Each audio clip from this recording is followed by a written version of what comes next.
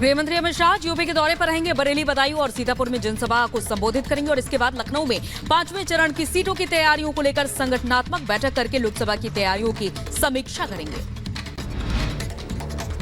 UP के CM Yogi Adityanath आज सैफई परिवार के गढ़ वाली मैनपुरी लोकसभा क्षेत्र में रोड शो करेंगे। बीजेपी प्रत्याशी जयवीर सिंह को जिताने की अपील करेंगे। रोड शो के बाद एटा और फिरोजाबाद में चुनावी जनसभा करेंगे।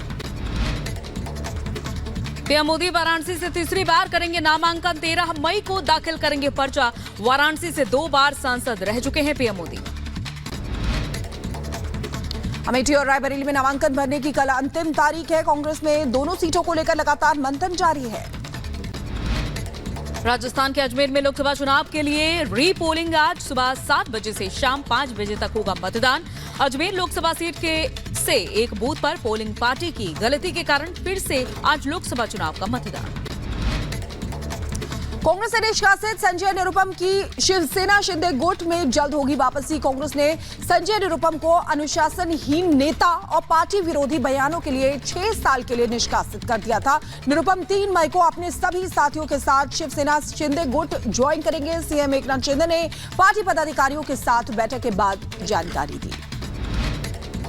यूपी के गाजीपुर में सपा प्रत्याशी अफजाल अंसारी का बड़ा बयान। अफजाल ने माफिया मुख्तार अंसारी की तुलना देश के शहीदों से कर दी। अफजाल ने सुखदेव, भगत सिंह, चंद्रशेखर आजाद से मुख्तार अंसारी की तुलना कर दी। राहुल गांधी की तारीफ करते नजर आए पाकिस्तान के पूर्व मंत्री चौधरी फवाद। बीजेपी ने फवाद चौधरी के पोस्ट पर कांग्रेस को घेरा। बीजेपी ने कहा कांग्रेस का हाथ पाकिस्तान के साथ। यूपी के मुजफ्फरनगर में पुलिस और शातिर चोर गिरोह के बीच मुठभेड़ हो गई। 2 शातिर चोर गोली लगने से घायल। तीसरा साथी पुलिस को चकमा देकर फरार हुआ। घायलों से तमंचा, बाइक और 2 लाख की नकदी बरामद हुई।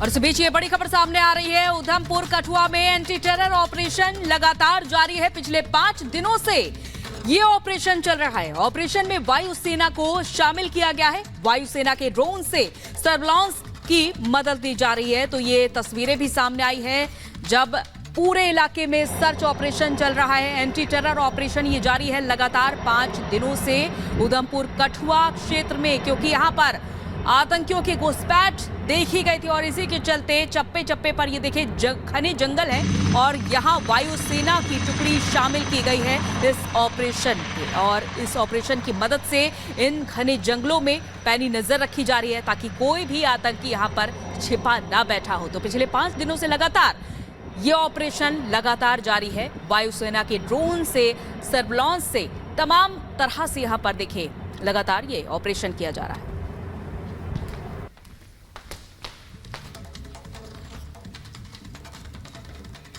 और कांग्रेस छोड़ने के बाद संजय निरुपम ने तय किया नया सियासी ठिकाना। क्या है पूरी खबर, 1 मिनट में आपको दिखाते हैं।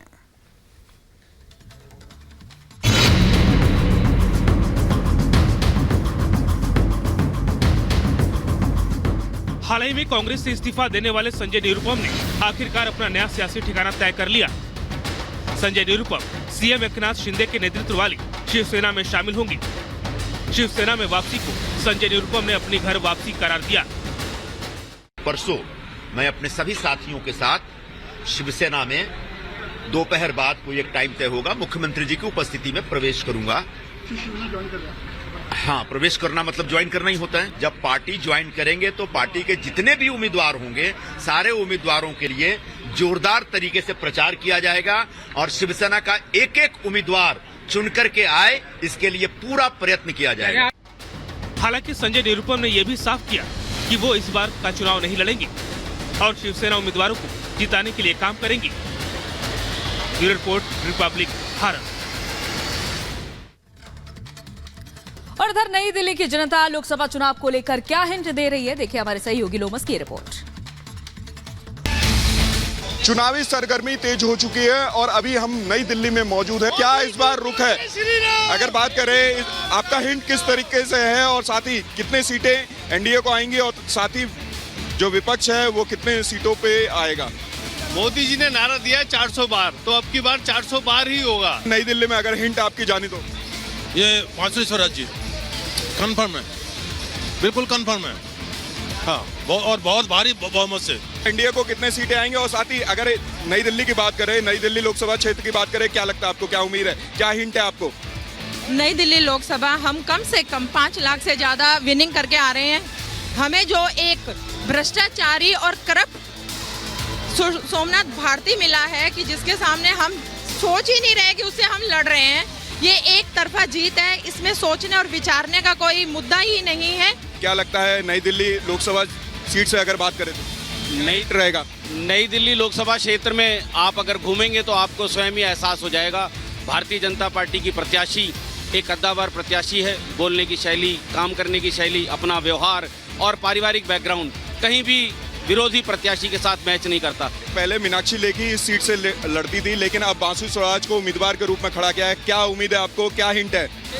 जी, ये उनके अधूरे कार्यों को और आगे बढ़ाएंगी और जो ये जनता त्रस्त हो चुकी है इस बेईमान सरकार के द्वारा, उससे भी निजात दिलाएंगी। दिल्ली लोकसभा सीट से हम उम्मीद लगता है हम इस बार जीतेंगे पूरे 8 लाख वोटों से।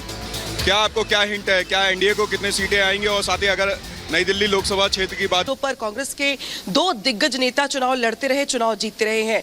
राहुल गांधी अमेठी से चुनाव हार गए, इसके बाद वो वायनाड पहुंच गए। अब इस बार दरअसल दुविधा इस बात को लेकर के कि अगर चुनाव लड़ते हैं, हार जाते हैं तो प्रतिष्ठा दांव पर लग जाएगी, बेइज्जती हो जाएगी, घर वापसी को लेकर तमाम सवाल खड़े हो जाएंगे, गढ़ छूट जाएगा। दूसरा ये कि जब हम प्रियंका गांधी के चुनाव लड़ने की बात करते हैं रायबरेली से, तो रायबरेली सीट सोनिया गांधी की सीट रही है, तो लड़ना और हारना यहाँ पर ये साख को दांव पे लगाने जैसा हो जाएगा। ना लड़ना, बैकफुट पर आ जाना, सीट पर बच करके भाग जाने जैसा हो जाएगा। तो दोनों ही चीजों से कांग्रेस बचती दिखाई दे रही है यहाँ पे, और शायद यही वजह कि दो कयास लगाए जा रहे हैं। पहला तो ये कि ऐसा हो सकता है कि कांग्रेस की ओर से राहुल और सोनिया गांधी ना उतर करके, प्रियंका गांधी ना उतर करके कोई कांग्रेस का कार्यकर्ता वहां से चुनाव लड़े, या ये भी संभव है कि वहां से कोई चुनाव न लड़े, उस सीट को छोड़ दिया जाए, ताकि बाद में उस सीट को लेकर नई स्ट्रैटेजी बनाई जाए और आने वाले दिनों में या कुछ आने वाले चुनाव में पहले उस सीट को मजबूत करने के बाद कांग्रेस के जो तमाम नेता है बड़े, वो वहां से ताल ठोकें। तो ऐसे में अभी तक देखिए 2 दिनों का समय बचा हुआ है, आज का पूरा दिन बचा है, कल पूरा दिन बचा हुआ है। कल हालांकि शाम 5 बजे से पहले नाम तय करने होंगे, वरना इसके बाद कोई मतलब रह नहीं जाएगा, क्योंकि कल जो नामांकन की डेट है वो खत्म हो जाएगी। और कुछ ऐसी स्थिति ब्रजभूषण की सीट पर भी दिखाई दे रही है, गोंडा में भी दिखाई दे रही है, जहां पे प्रत्याशी तय नहीं हो पाया है। तो 3 मई का समय बहुत महत्वपूर्ण हो जाता है उत्तर प्रदेश की कुछ वीवीआईपी सीटों को लेकर के, जहां पे कल समय खत्म हो रहा है, यानी कि इसके पहले नाम तय करने होंगे, बताना होगा चुनाव लड़ना है या नहीं। लड़ना है तो कौन उतरेगा, या अगर नहीं उतरेगा तो स्मृति ईरानी जो बार बार ये कह रही है कि राहुल गांधी भाग गए, राहुल गांधी डर गए, राहुल गांधी ने गढ़ छोड़ दिया अपना, राहुल गांधी अब यहाँ लौट कर नहीं आएंगे, तो ये बहुत सारी बातें कल सच साबित हो जाएंगी। ये तय हो जाएगा, बीजेपी की ओर से साफ हो जाएगा कि वाकई में राहुल गांधी अमेठी से चुनाव लड़ने में डर रहे हैं, भाग खड़े हुए हैं। अब ऐसे में देखना ये होगा कि कल तक कांग्रेस पार्टी इन सीटों को लेकर के स्ट्रेटेजी क्या बनाती है। क्या वाकई में कांग्रेस यहाँ से बैकफुट पर आ जाएगी, या वायनाड और अनामिका यहाँ पर प्रतिष्ठा का सवाल उठता है जब इन दोनों ही सीटों की अगर हम बात करें, परंपरागत सीट रही आखिर कांग्रेस की। बहुत बहुत शुक्रिया अनामिका तमाम बातचीत के लिए। तो देखिए, उत्तर प्रदेश की 3 सीटों पर नामांकन की आखिरी तारीख 3 मई है, यानी कि कल है, लेकिन अब तक प्रत्याशियों का पता नहीं है। इनमें से 2 सीटों पर न सिर्फ सबकी नजरें टिकी हुई हैं, बल्कि सवाल उठ रहे हैं कि ये तो परिवार का गढ़ है, फिर क्यों डर लग रहा है। रिपोर्ट आप भी देखिए।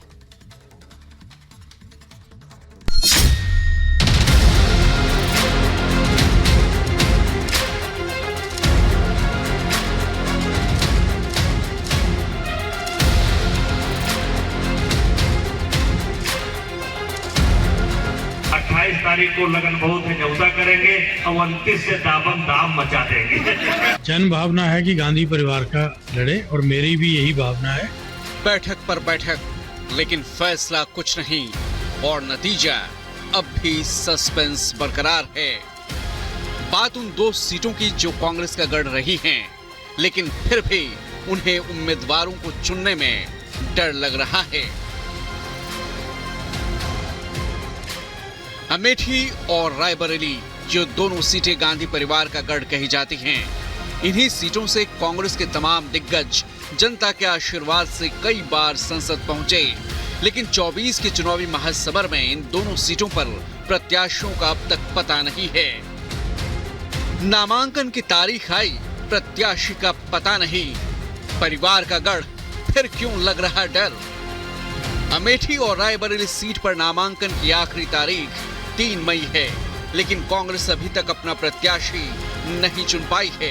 चर्चा इस बात पर हो रही है कि क्या अमेठी से राहुल गांधी चुनाव लड़ेंगे और क्या रायबरेली से प्रियंका गांधी की चुनावी लॉन्चिंग होगी। नहीं, चुनावी समीकरण क्योंकि अभी हमारे कैंडिडेचर को लेके कि रायबरेली से कौन लड़ेगा, वहां से लड़ेगा, अभी तक कोई निर्णय नहीं हुआ। जन भावना है कि गांधी परिवार का लड़े और मेरी भी यही भावना है कि गांधी परिवार से यहाँ लड़े। सवाल ये है कि कांग्रेस के दिमाग में अमेठी और रायबरेली को लेकर क्या चल रहा है। क्या राहुल अमेठी से चुनाव लड़ेंगे? क्या प्रियंका गांधी चुनाव लड़ने के लिए तैयार हैं? या फिर कांग्रेस को दोनों सीटों पर हार का डर सता रहा है? 2019 में भारत की राजनीति में इतिहास रचा जब अमेठी के साधारण कार्यकर्ताओं ने कांग्रेस पार्टी के राष्ट्रीय अध्यक्ष को उनके गढ़ में अमेठी और रायबरेली के साथ ही कैसरगंज की कहानी और भी दिलचस्प है। यहाँ अभी तक ना तो बीजेपी, ना ही एसपी और ना ही बीएसपी ने अपने प्रत्याशियों का ऐलान किया है। सभी सियासी दल वेट एंड वॉच के मूड में हैं। हालांकि बीजेपी के बाहुबली नेता ब्रजभूषण कई बार मैदान में उतरने की ताल ठोक चुके हैं।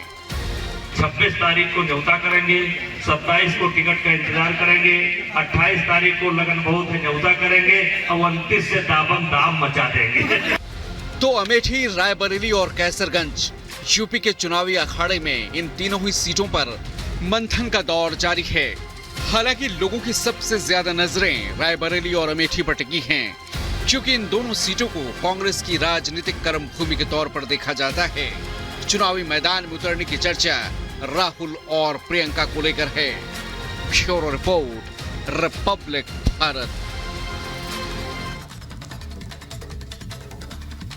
और इसी बीच स्कूलों में धमकी भरे ईमेल पर बड़ा खुलासा हुआ है। ये बड़ी खबर आपको बता दें, आईएसआई की साजिश के तहत दहशत फैलाने की कोशिश की गई है। ये बड़ी खबर आपको बता रहे हैं। पाकिस्तान और चीन की साजिश का शक जताया जा रहा है। दिल्ली एनसीआर के स्कूलों को जो मेल भेजा गया था उसमें ये खुलासा हुआ है। सूत्रों के हवाले से बता रहे कि आईएसआई के जरिए दहशत फैलाने की कोशिश की गई।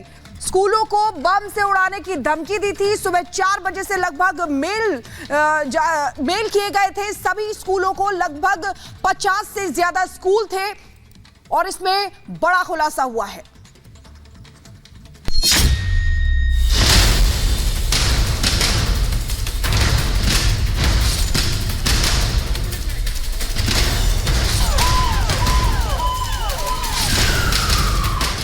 मॉस्को से स्कूल में धमाके का ईमेल।